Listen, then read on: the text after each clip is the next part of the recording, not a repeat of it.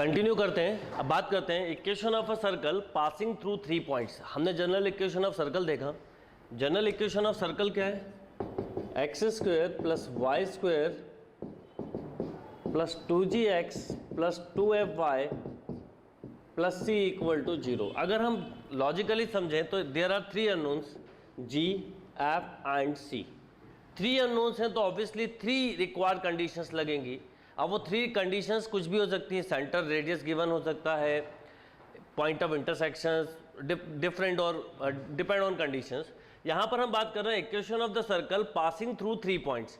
Passing through 3 points का मतलब है कि एक ऐसे सर्कल की इक्वेशन निकालना जो 3 पॉइंट से सपोज पास हो रहा है, ए, बी एंड सी। लॉजिकली समझे तो क्या होगा कि सपोज इसके कोऑर्डिनेट है x1 y1, this is x2 y2, x3 y3, right. अब इक्वेशन ऑफ सर्कल निकालना है तो सबसे पहले आप क्या करेंगे, फर्स्ट पॉइंट को पुट कर दीजिए। आपको इक्वेशन क्या मिलेगी, x1 square plus y1 square plus 2gx1 plus 2fy1 plus c this equal to 0। ऐसे ही इक्वेशन नंबर 2 क्या मिलेगी, x2 square plus y2 square plus g2x2 plus 2fy2 plus c equal to 0।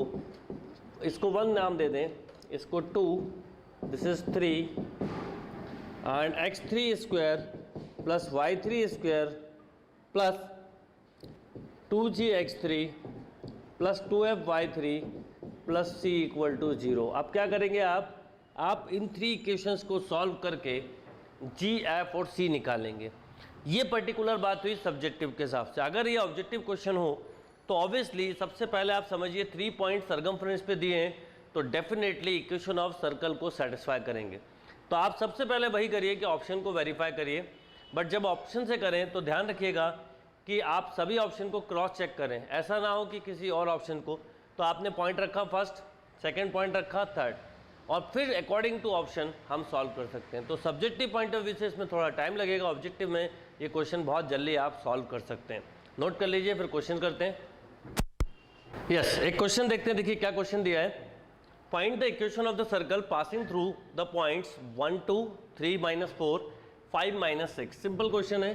एक ऐसे सर्कल की equation निकालनी है जो 1 2 3 -4 एंड 5 -6 से पास होता है।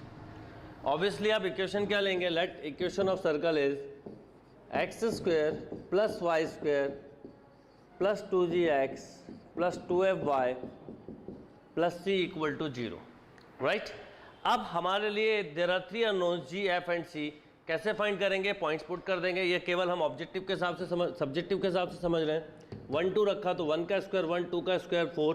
पहली स्टेप में एक लिख लेते हैं, अगली इक्वेशन डायरेक्ट बनाएंगे, plus 2g plus 4f plus c equal to 0। यानी आपके पास इक्वेशन आई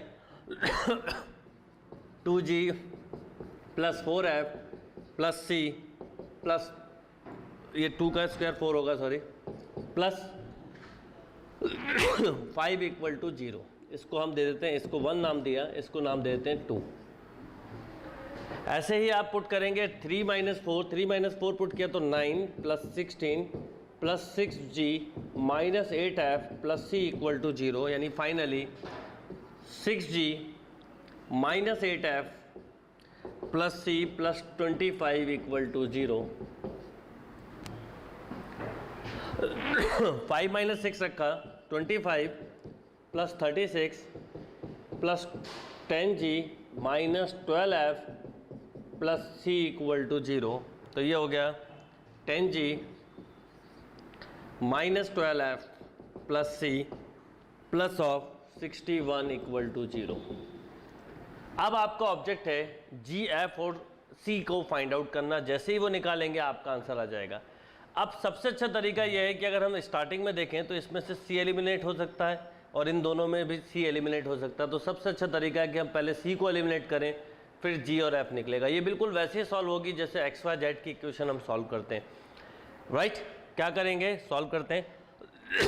यहाँ पे लेते हैं हम second and third, 2g plus 4f plus c plus 5 equal to 0, 6g minus 8f plus C plus 25 equal to 0। ये कैंसिल हो गया, ये मिला -4g plus 8 + 4 12f minus of 20 equal to 0। इसको अगर हम चाहें तो 4 से डिवाइड कर दें तो हमें इक्वेशन कुछ ऐसी मिलेगी, g plus 3f minus 3f minus 4 से किया डिवाइड तो +5 इक्वल टू 0। राइट, एक इक्वेशन ये आ गई, g minus 3f plus 5 equal to 0। अब बिल्कुल इसी तरह से हम इन दो इक्वेशन को और सॉल्व कर लेते हैं। राइट, क्या क्या आएगा इन दो को अगर सॉल्व करेंगे, मेंटली सॉल्व करने की कोशिश करिएगा। इन दो को सॉल्व करेंगे तो हमको मिलेगा, लिख लो चाहो तो अभी, 10g minus 12f plus c plus 61 equal to 0, 6g minus 8f plus c plus 25 equal to 0। Right, ये सॉल्व किया तो कितना हो जाएगा, ये 4g minus 4f plus 36 equal to 0। यानी इसमें भी 4 का डिवाइड हो सकता है, तो एक तरह से हमें मिला कितना, अगर हम ध्यान दें तो g minus f plus 9 equal to 0, ये हो गया 6। सब्जेक्टिव में जब भी करेंगे थोड़ा सा टाइम लग जाएगा। अब इन दोनों को हम 4, 5 और 6 को सॉल्व करें तो माइनस प्लस माइनस, ये कैंसिल, ये प्लस किया तो -2f minus 4 equal to 0 means f equal to minus का 2। f का वैल्यू -2 रखा तो +6 हो गया, g का वैल्यू आ गया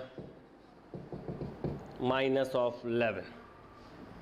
राइट, g का वैल्यू आ गया -11 और f और g आप किसी भी एक इक्वेशन में रख दें, ऊपर वाली इक्वेशन में रख दें तो आपको c मिल जाएगा। 2g means -22, 4f means -8 plus c plus 5 equal to 0।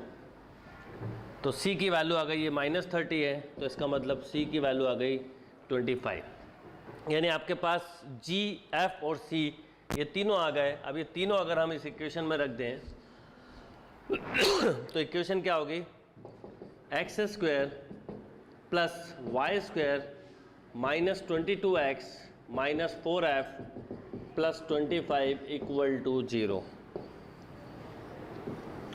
x² plus y² minus 22x minus 4f plus 25 equal to 0। अब ऑब्जेक्टिव क्वेश्चन होगा तो इस तरह के ऑप्शन होंगे तो आप वैल्यू से भी वेरीफाई कर सकते हैं। जैसे अगर मैं बोलूँ कि 1 2 सेटिस्फाई करता है कि नहीं, f की वैल्यू रखनी थी 4xy लिखना था, सॉरी, तो 1 2 रख के देखिए, 1 प्लस 4 माइनस 22 माइनस 8 प्लस 25, ये हुआ 5 प्लस 25 30, 30 माइनस 30 0, यानी हमने जो आंसर निकाला सही। अब सपोज 1 2 किसी और ऑप्शन को भी सेटिस्फाई करता है तो आप उन दो ऑप्शन को ही अगले पॉइंट को रख के देखो, ऐसा नहीं कि सारे ऑप्शन चेक कर रहे हैं।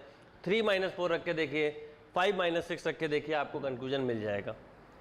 नोट करिए।